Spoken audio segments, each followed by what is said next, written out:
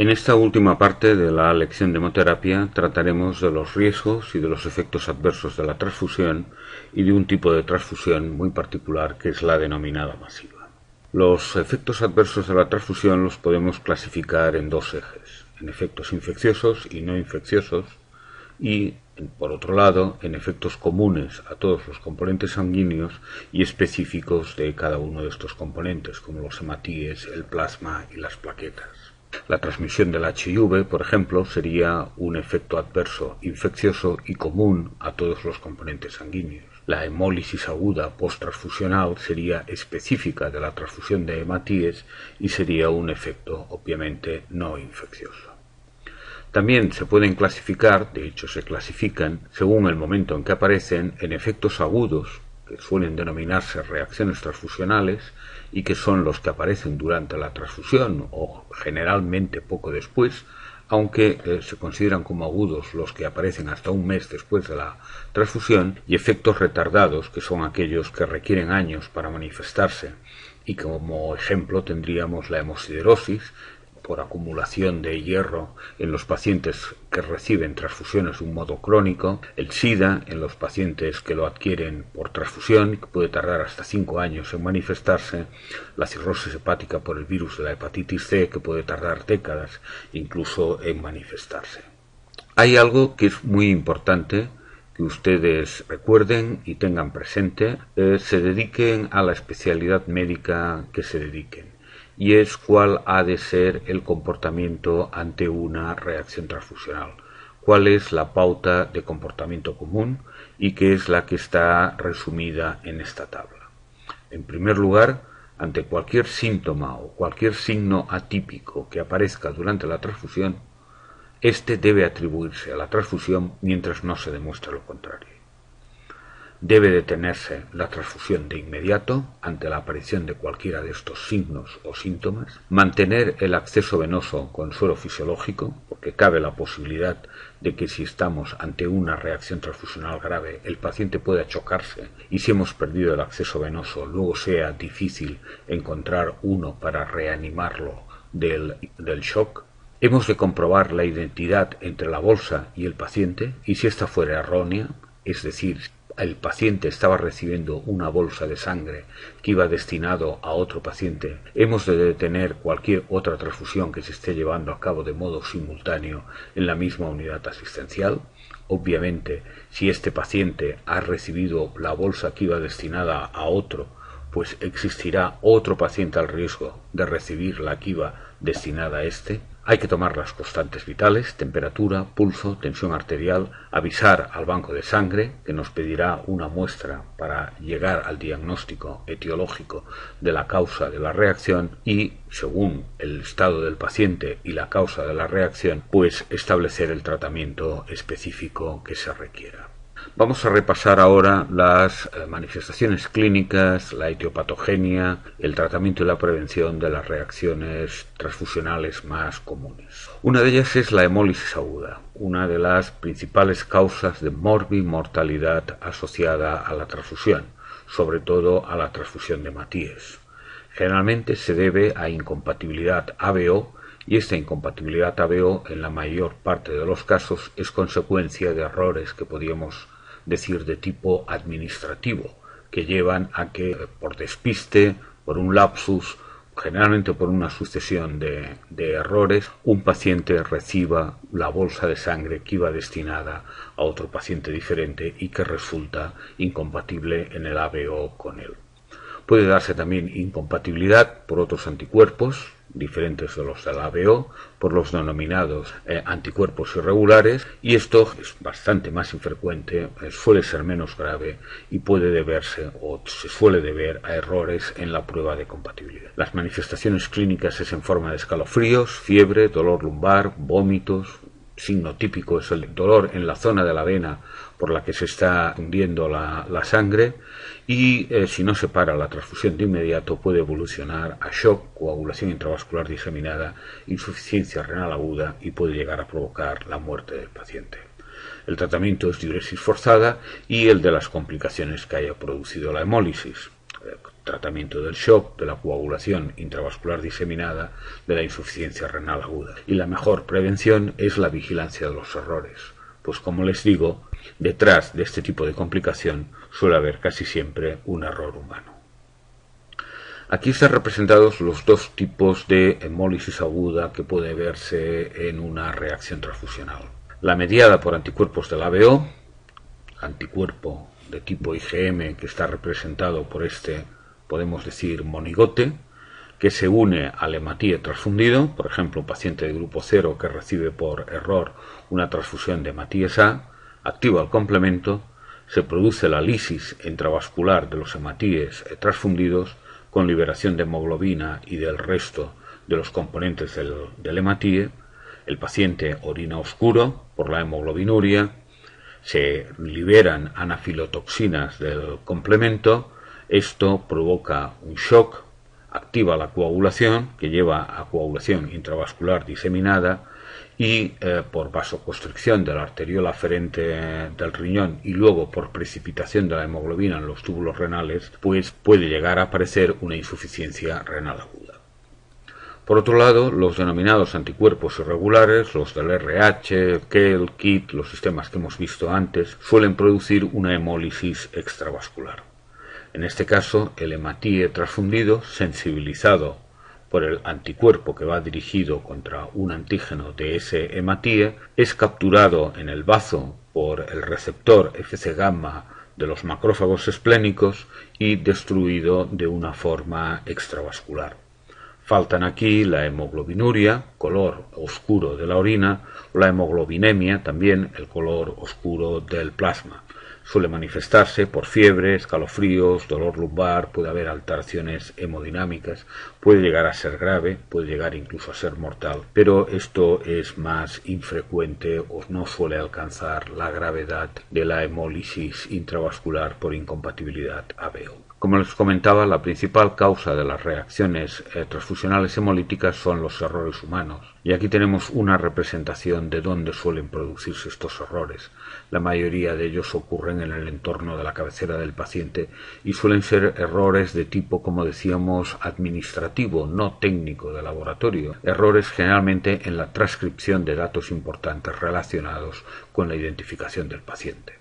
Una indicación inadecuada o para el paciente equivocado por parte del médico, una identificación errónea de la muestra de sangre que se extrae al paciente para acompañar a la solicitud de transfusión y que luego el banco de sangre determine en esta muestra el grupo sanguíneo de las unidades que debe devolver a la cabecera del paciente para ser transfundidas, errores en las pruebas de compatibilidad que se realizan en el banco de sangre y sobre todo, lo más frecuente, errores a la hora de administrar la bolsa, que por un lapsus, generalmente en situaciones de atención dividida, en que se está pendiente de varias cosas a la vez y se actúa de un modo automático, la persona que hace la transfusión se equivoca, coge la bolsa que iba destinada a otro y sin hacer las comprobaciones pertinentes la transfunde al paciente equivocado.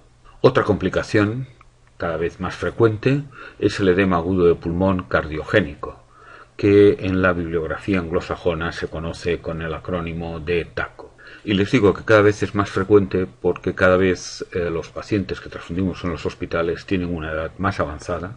En el nuestro, por ejemplo, la mediana de edad es de 70 años y tienen comorbilidades asociadas, sobre todo insuficiencia cardíaca, insuficiencia renal, con lo cual toleran mal las sobrecargas de la volemia. El edema agudo de pulmón cardiogénico suele aparecer hacia el final de la transfusión, en pacientes mayores, como les indicaba, y suele acompañarse de otros signos de insuficiencia cardíaca. Y como les decía, es relativamente frecuente. La ectopatogenia es la hipervolemia. Esta no es, pues, una complicación específica de la transfusión, puede ocurrir con la infusión endovenosa de cualquier fluido y con cualquier otro componente sanguíneo. El tratamiento es el tónico deplectivo, el de la insuficiencia cardíaca, y la prevención es transfundir con lentitud o, cuando se requiera, fraccionar el volumen a transfundir. es decir, fraccionar en dos el concentrado de hematíes, dejar una de las fracciones bajo el control del banco de sangre en las condiciones óptimas de almacenamiento, transfundir la primera fracción, cuando se acabe la transfusión de esta, transfundir la siguiente fracción. Tengan en cuenta ustedes que la sangre tampoco puede estar colgada en la cabecera del paciente a temperatura ambiente durante mucho tiempo por el riesgo de contaminación y de crecimiento bacteriano. Otra complicación, a la que cada vez se le da también más importancia, es el edema agudo de pulmón no cardiogénico, el denominado TRALI, acrónimo inglés de Transfusion Related Acute Lung Injury. La clínica es la de un edema agudo de pulmón que puede aparecer durante la transfusión o incluso hasta horas después. Hasta 6 horas después se considera que puede aparecer el TRALI. Generalmente sin otros signos de insuficiencia cardíaca.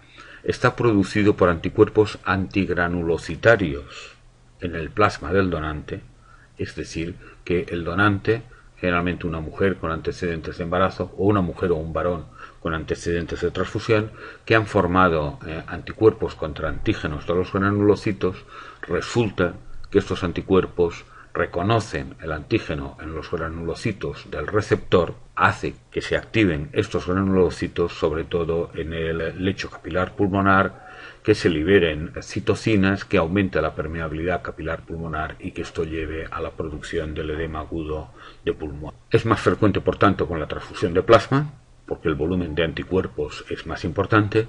Es excepcional con la transfusión de concentrado de hematíes porque prácticamente no lleva plasma, y puede ocurrir también con la transfusión de plaquetas. El tratamiento son las medidas de soporte respiratorio que requiera el paciente. No es raro que requiera intubación orotraqueal y ventilación mecánica durante 24, 48 o 72 horas e hidrocortisona, por ejemplo 500 miligramos endovenosos de entrada. Y la prevención más eficaz es evitar el utilizar para transfusión el plasma de donantes con antecedentes de embarazo o de varones con antecedentes de transfusión.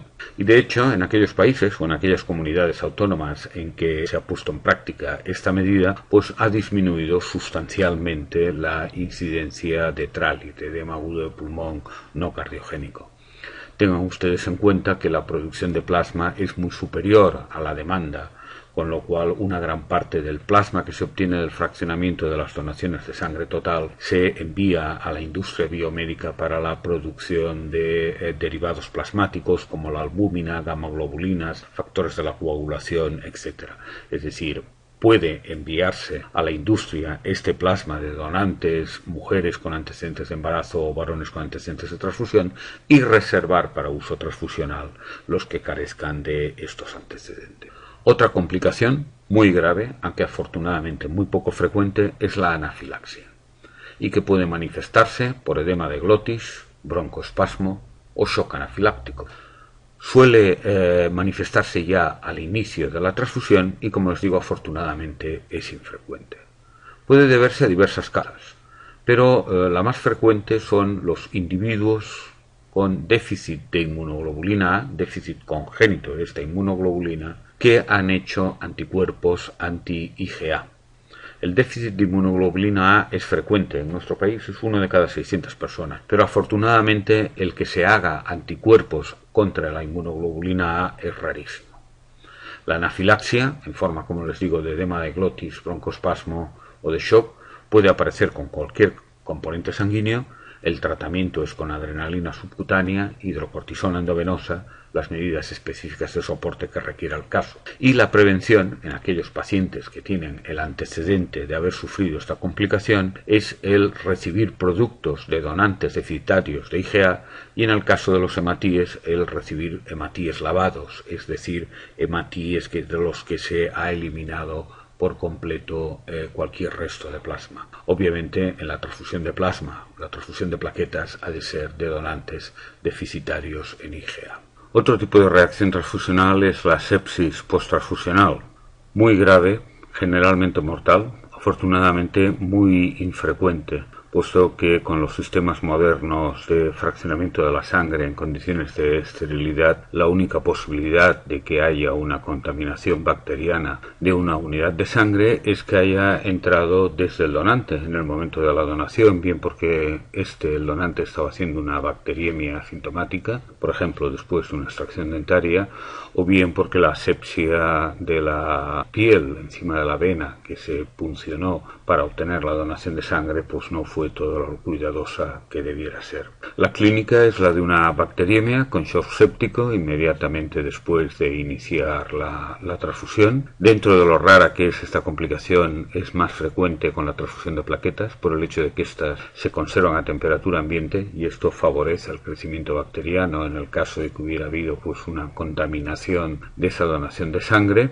La etiología ya hemos dicho que es la contaminación bacteriana de la bolsa y que ésta se produce generalmente durante la donación. El diagnóstico ha de establecerse, el diagnóstico firme por cultivo, que ha de resultar positivo y para el mismo germen tanto en el paciente como en el contenido de la bolsa. El tratamiento es el del shock séptico, el de la bacteriemia, y la prevención se fundamenta en la asepsia durante la punción venosa al obtener las donaciones de sangre, en el hecho de descartar los primeros mililitros de la donación, porque ahí es donde va el pequeño fragmento de piel que entra con la sangre en el momento de puncionar, y en esta piel, en las criptas de la piel, es donde puede haber gérmenes. Otro mecanismo de prevención muy importante es ser muy estricto con la conservación óptima de los componentes sanguíneos. Por ejemplo, los hematíes, si se han de conservar a 4 grados, pues no permitir que estén tiempo prolongado fuera de esa temperatura, y para algunos componentes sanguíneos como las plaquetas o el plasma existen sistemas de reducción de patógenos que pueden ser eficaces. De todos modos, la sepsis posttransfusional es excepcional después de la transfusión de plasma, puesto que este se guarda congelado y la congelación-descongelación pues mata las bacterias que pudieran haberlo contaminado. Otra complicación afortunadamente infrecuente, porque es grave, de la transfusión es la enfermedad del injerto contra el huésped, que es similar a la que ya les deben haber explicado a ustedes en el trasplante de médula ósea. En este caso, en el de la transfusión, son linfocitos del donante, que acompañan al producto transfundido, plaquetas, concentrado de hematíes, los que atacan a los tejidos del receptor. Se manifiesta por lesiones cutáneas, afectación del hígado, del tubo digestivo y de la médula ósea, y ocurre en individuos inmunodeprimidos que no son capaces de eliminar los linfocitos transfundidos. Así, pacientes sometidos a trasplante de médula ósea, prematuros y recién nacidos prematuros, y otros que toman algunos tipos de medicación inmunosupresora. No ocurre así, en cambio, en los pacientes afectos de SIDA. Ocasionalmente puede verse también en individuos inmunocompetentes, y esto se ha descrito sobre todo en Japón e Israel, por razones que veremos a continuación. El diagnóstico se hace por biopsia cutánea y ha de existir obviamente el antecedente de una transfusión no irradiada. La prevención consiste en irradiar todos los productos celulares antes de su transfusión, hematíes y plaquetas. La irradiación impide la proliferación de los linfocitos y que estos puedan, por tanto, atacar a los tejidos del huésped. La enfermedad del injerto contra el huésped puede darse en individuos inmunocompetentes cuando el donante de sangre, de plaquetas, sea homocigoto para alguno de los haplotipos HLA del paciente. Esto se ve favorecido además por el uso de sangre fresca, porque contiene linfocitos viables, y por la consanguinidad donante-receptor. Como ya habíamos visto en la lección de inmunohematología, el sistema HLA es muy polimorfo y por tanto es muy poco probable que se dé esta circunstancia al azar de que el donante sea homocigoto para un haplotipo del HLA del paciente. Pero sí que puede ocurrir, como decimos, cuando existe consanguinidad entre donante y receptor, o en poblaciones que tradicionalmente han sido muy endogámicas y donde la variabilidad del HLA es menor que en el resto de las poblaciones. Ese es el caso, por ejemplo, de Japón. El mecanismo aquí es que el sistema inmune del receptor no reconoce como extraños a los linfocitos del donante, no los destruye, por tanto, como suele ocurrir en una transfusión convencional, pero en cambio el donante sí que reconoce como extraños a los antígenos HLA del haplotipo que él no posee y por tanto monta una respuesta inmunológica contra estos antígenos HLA, y esto es lo que causa el ataque a las células de la piel, del hígado, del tubo digestivo, de la médula ósea, etc. La hipertermia escalofríos es una de las reacciones transfusionales más frecuentes, aunque afortunadamente suele ser banal.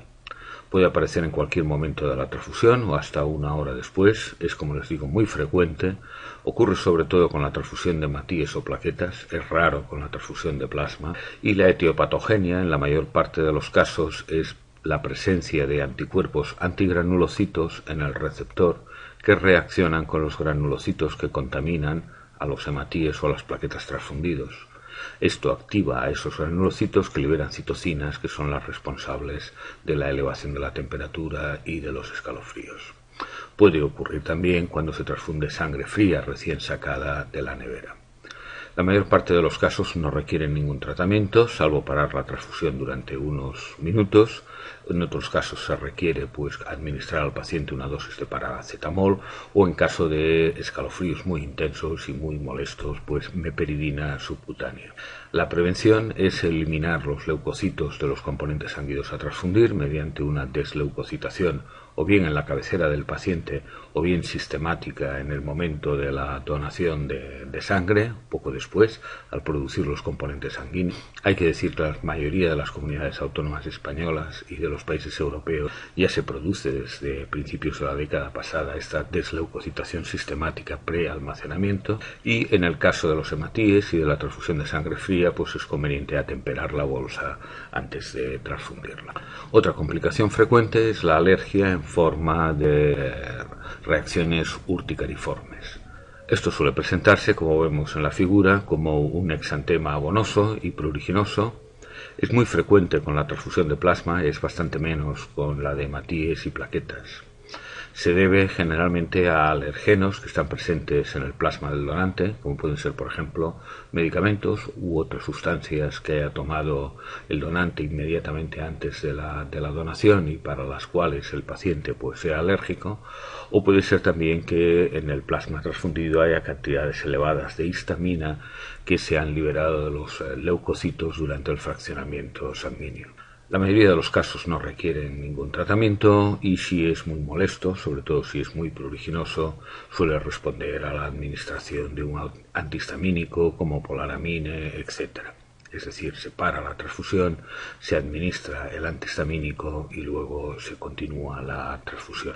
No hay ningún mecanismo específico de prevención, y en aquellos pacientes que son particularmente sensibles a presentar este tipo de reacciones, pueden mejorar, puede disminuir su incidencia si se premedican con un antihistamínico como el polaramine que mencionábamos. La aloinmunización es una complicación de la transfusión de hematíes y de plaquetas, sobre todo. La aloinmunización consiste en la aparición de anticuerpos contra antígenos de las células transfundidas, hematíes o plaquetas, y su incidencia evidentemente aumenta con el número de transfusiones.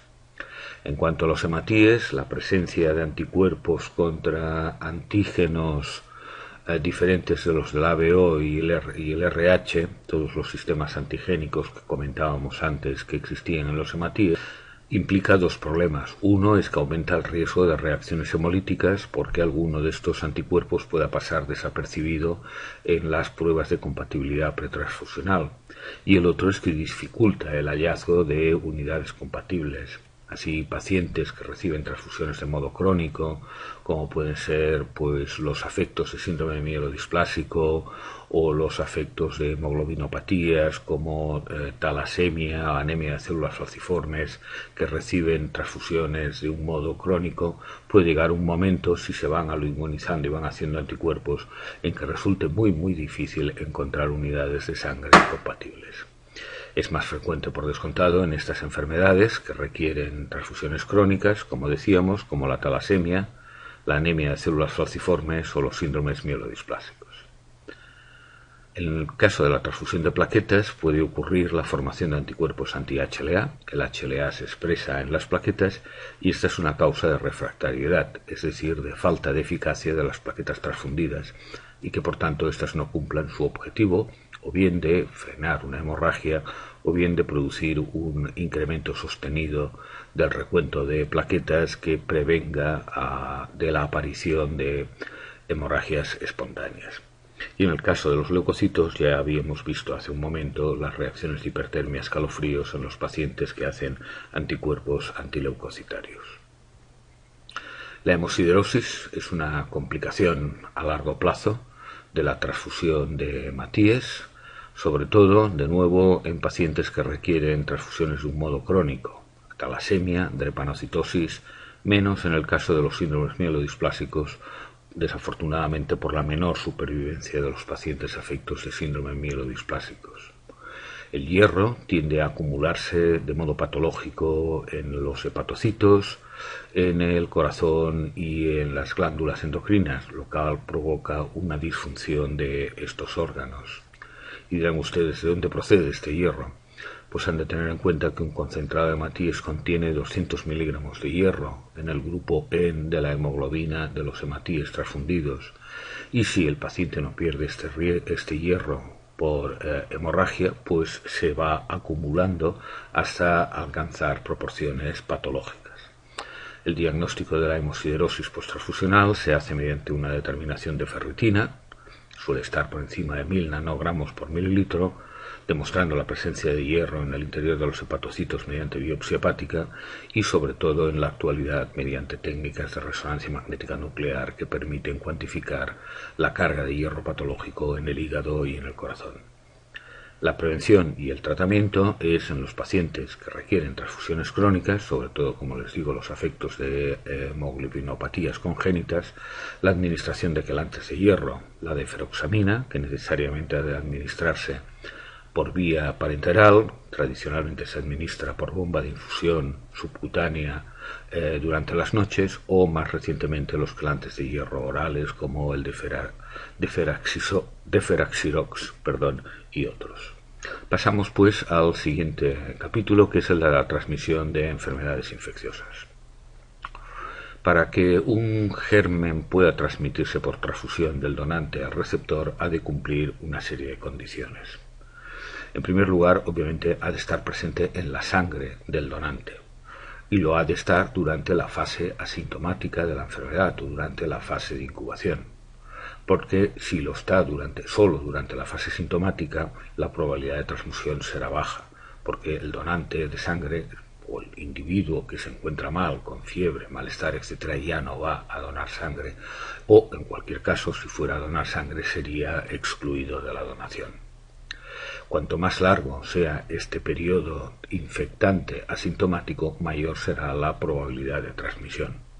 Ha de tener capacidad de transmisión parenteral.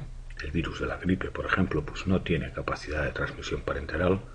Ha de tener un carácter epidémico o endémico por vías de transmisión diferentes a la de la transfusión.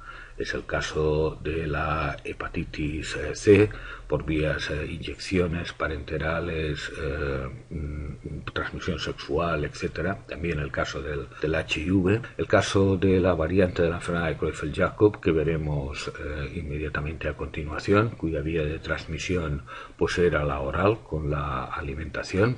Transmitían los priones de la encefalopatía espongiforme bovina.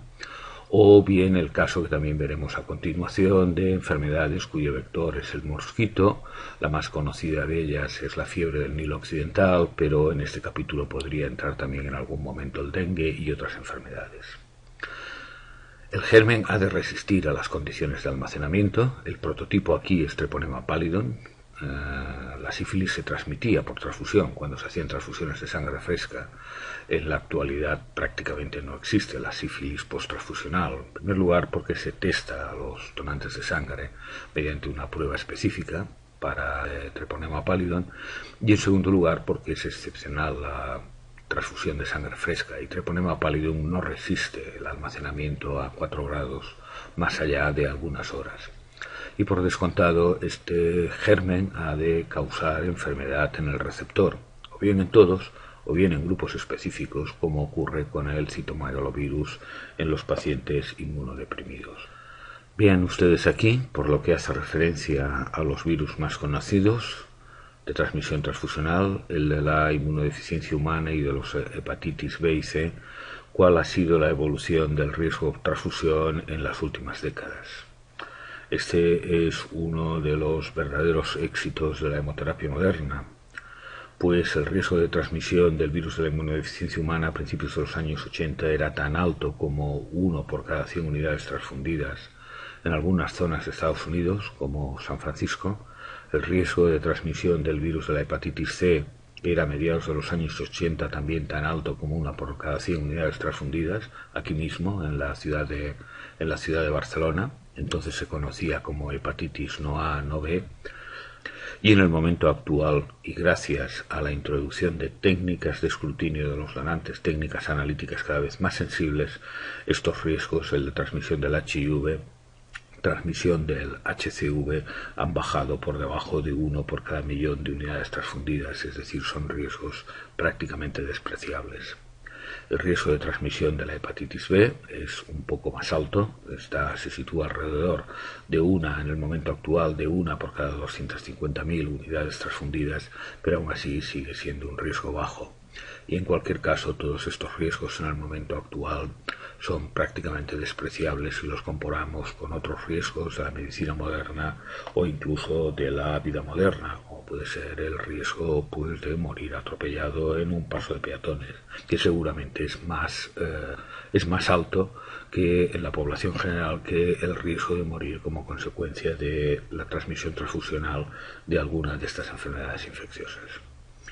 No obstante, sigue existiendo el riesgo teórico y práctico real de transmisión de alguno de estos virus, y esto se debe al denominado periodo de ventana. Periodo de ventana es el tiempo que transcurre entre la infección en el donante y la capacidad de transmitir el agente infeccioso por la donación de sangre y la posibilidad de que este agente infeccioso sea detectado por los métodos analíticos que emplean los bancos de sangre. Hace unos años este periodo era de unos 20 y tantos días, por ejemplo, para el HIV.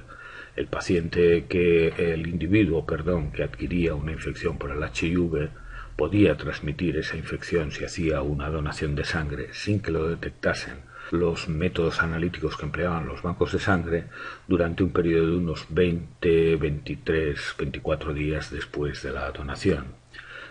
Después de la infección. Esto se ha ido acortando al emplear técnicas más sensibles. En el momento actual se emplean técnicas que detectan no ya la producción de anticuerpos, que requiere de un tiempo, sino la propia presencia de ácido nucleico del virus. En el caso del HIV, este periodo ventana está por debajo de 5 días, probablemente se sitúe en 2 o 3 días, lo cual ha contribuido a la disminución espectacular en el riesgo de transmisión de esta enfermedad. Y algo parecido podríamos decir para los virus de la hepatitis. No obstante, la transfusión entre humanos siempre conlleva el riesgo de transmisión de algún agente infeccioso del donante al receptor. Y uno de los temores que existen con relación a la transfusión es el de las infecciones emergentes. Se entiende en el ámbito de hemoterapia por infecciones emergentes aquellas que pueden transmitirse por la sangre, que aparecen de nuevo o cambian su comportamiento, y para las que aún los bancos de sangre carecen de métodos de detección.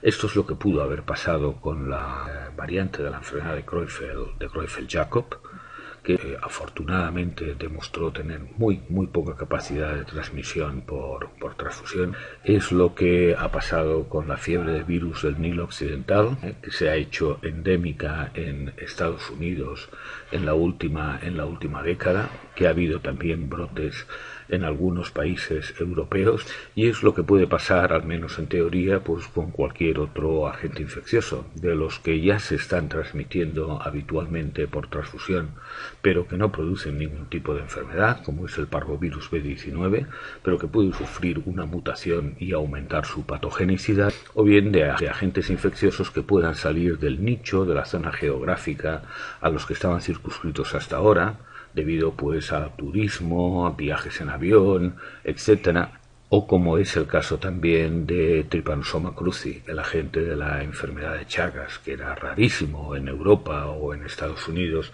pero que ha aumentado con la emigración de individuos procedentes de zonas endémicas. Vamos a pasar ahora a un tipo de transfusión muy particular, muy espectacular, que es la denominada transfusión masiva. Y se entiende así por masiva la que conlleva la reposición de la volemia del paciente en menos de 24 horas. Una transfusión de estas características ya se hacen ustedes cargo de que suele darse en un contexto dramático, de grandes heridos politraumáticos en el ámbito militar o en el ámbito civil, y también en intervenciones quirúrgicas, trasplantes de órganos, cirugía cardiovascular, cuando existen complicaciones hemorrágicas importantes. Decíamos que la transfusión masiva se define como aquella que entraña el recambio de la volemia del paciente o la transfusión de un volumen similar al de la volemia del paciente en menos de 24 horas. Aquí tienen ustedes algunas fórmulas para calcular la volemia de los pacientes, la fórmula de Nadler, que tiene en cuenta el sexo, diferente para varones, para mujeres, la altura, el peso. Existen otras fórmulas parecidas a estas, pero una estimación simple, que sería aplicable a todos los adultos de constitución estándar y que da una aproximación pues bastante aceptable, es considerar que la volemia de un individuo es de 70 mililitros por cada kilogramo de peso corporal. Que por tanto un adulto de, pongamos por ejemplo, 70 kilos, pues tendrá una volemia de aproximadamente 4.900 mililitros. Que esto viene a ser aproximadamente unas 8 unidades de concentrado de hematíes. La transfusión de 8 unidades de concentrados de hematíes más sus correspondientes soluciones coloides, cristaloides o plasma en menos de 24 horas cumpliría la definición de transfusión masiva. Obviamente, en pacientes más pequeños la cantidad de sangre transfundida es menor y así en un recién nacido prematuro de 1.500 gramos pues se puede llegar a practicarle una transfusión sanguínea con la mitad del contenido de una bolsa de sangre, unos 150 mililitros. Esto hay que tenerlo en cuenta, sobre todo si uno está entrenado a pensar solo en adultos y en un momento determinado. Se ve en la necesidad de adaptar ese pensamiento para adultos en cuanto a volumen de sangre para alcanzar el concepto de transfusión masiva, se ve obligado, como digo, a adaptarlo a los recién nacidos prematuros. Afortunadamente, quienes practican este tipo de transfusión a los recién nacidos prematuros son los neonatólogos y ya tienen adaptados sus esquemas de pensamiento. ¿Qué particularidades tiene la transfusión masiva? Pues el símil más adecuado es el del depósito, que yo he pretendido representarles aquí en esta imagen de la izquierda. El paciente pierde por hemorragia sangre total, con hematíes, plaquetas y factores de la coagulación, mientras que se le repone con concentrado de hematíes, y hasta hace poco lo habitual era que estos concentrados de hematíes se acompañasen de soluciones coloides y cristaloides, y por tanto el fluido de reposición carecía de plaquetas y de factores de la coagulación. El paciente pierde factores de la coagulación con el plasma, pero no se le transfunde de entrada plasma. Y esto lleva a lo que se denomina una coagulopatía dilucional, a una disminución progresiva de la cifra de plaquetas y de factores de la coagulación. Por otro lado, la sangre transfundida lleva citrato. El citrato es un quelante del calcio, puede producir hipocalcemia. Está fría y la transfusión de grandes volúmenes de sangre fría puede provocar hipotermia en el paciente. Y como veíamos en la primera lección de hemoterapia, la sangre que ha estado conservada en la cámara del banco de sangre durante más de 8 o 10 días es deficitaria en 2,3-difosfoglicerato y por tanto tiene una afinidad por el oxígeno muy elevada. Además, la sangre que lleva más tiempo conservada, una gran parte de los hematíes se han convertido en esferoquinocitos rígidos y tienden a atascarse en los capilares, lo cual puede producir fenómenos de isquemia local. ¿A qué complicaciones da lugar estas características de la transfusión masiva? Pues en primer lugar, como les comentaba, una coagulopatía dilucional con disminución del fibrinógeno y la cifra de plaquetas. Esto suele sumarse a la coagulación intravascular diseminada que presentan muchos pacientes que requieren transfusión masiva, sobre todo los politraumáticos. La intoxicación por el citrato, que lleva como anticoagulante los componentes sanguíneos, produce hipocalcemia. Esto se manifiesta en un alargamiento del QT en el electrocardiograma, puede provocar arritmias, puede llegar a provocar taquicardia ventricular, puede producir también espasmos musculares. Si no tenemos la precaución de transfundir la sangre a través de un calentador adecuado para este propósito, podemos producir hipotermia en el paciente.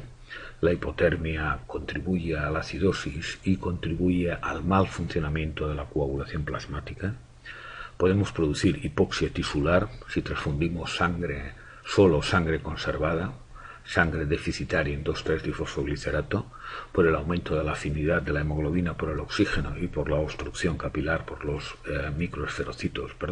por los esferoquinocitos que mencionábamos antes. Por tanto, en la transfusión masiva es necesario alternar la sangre que le corresponde a transfundir por su caducidad con sangre reciente de menos de una semana de conservación. Antes de la implantación de la desleucocización sistemática, pues era habitual que en las bolsas de sangre hubieran pequeños microagregados de leucocitos, plaquetas y fibrinas, y que estos embolizaban en el pulmón, y que en una transfusión convencional pues no producía ningún problema, pero en una transfusión de 10, 20, 30 bolsas de Matías podían llegar a producir un distrés respiratorio, lo que en algunos libros clásicos todavía se conoce como el pulmón del politransfundido. ¿Cómo prevenimos estas complicaciones? En primer lugar, romper el círculo hemorragia, shock, acidosis, coagulopatía y más hemorragia. Es decir, el tratamiento ideal para la transfusión masiva es el tratamiento quirúrgico, es el frenar la pérdida de sangre. En los últimos años se ha implantado lo que se denomina la regla 1-1-1, es decir, ya de entrada, en el momento en que se prevé que la transfusión se va a convertir en masiva, transfundir lo más pronto posible plasma y plaquetas en una relación 1-1 con el número de concentrado de Matías. Esto de hecho es como una reconstitución de sangre total in vivo. Vigilar la concentración de calcio iónico, vigilar también signos de hipocalcemia en el electrocardiograma. Si es necesario administrar cloruro cálcico endovenoso, obviamente transfundir a través de un calentador específico para la transfusión de componentes sanguíneos, con la finalidad de mantener la temperatura corporal del paciente. Alternar sangre reciente con la sangre almacenada que toque por su plazo de caducidad, tal como comentábamos, y emplear filtros de microagregados que detengan estos pequeños agregados de leucocitos, fibrina y plaquetas, de modo que no embolicen en el pulmón, siempre y cuando no se emplee sangre ya desleucocitada en origen, que, como les decía, pues en la mayor parte de los países europeos y por descontado las comunidades autónomas españolas se hace desde principios de la década pasada. La transfusión masiva es un marcador de muy mal pronóstico, no por la transfusión en sí, sino por la gravedad de la entidad que ha llevado a la necesidad de esta transfusión, la gravedad del politraumatismo, de la hemorragia, etc. Así vean ustedes que en un estudio reciente llevado a cabo en nuestro hospital sobre la supervivencia de los pacientes sometidos a transfusión masiva, que cumplían el criterio de haber recibido más de 8 concentrados de Matías en menos de 24 horas, la mortalidad era tan elevada como el 23% dentro de las primeras 24 horas y alcanzaba una cifra tan elevada, desafortunadamente, como el 80% dentro de las 6 semanas siguientes a la transfusión. Con esto acabamos las clases de hemoterapia. Yo he de decirles que el contenido de estos vídeos es solo una parte, la más teórica, de lo que ustedes deben conocer del temario de hemoterapia y de inmunohematología, que el haber visto estos vídeos no debe sustituir a la asistencia a las clases presenciales, ya que en ellas es donde trataremos los aspectos más prácticos y donde resolveremos además las dudas que hayan podido surgir durante la visión de estos vídeos.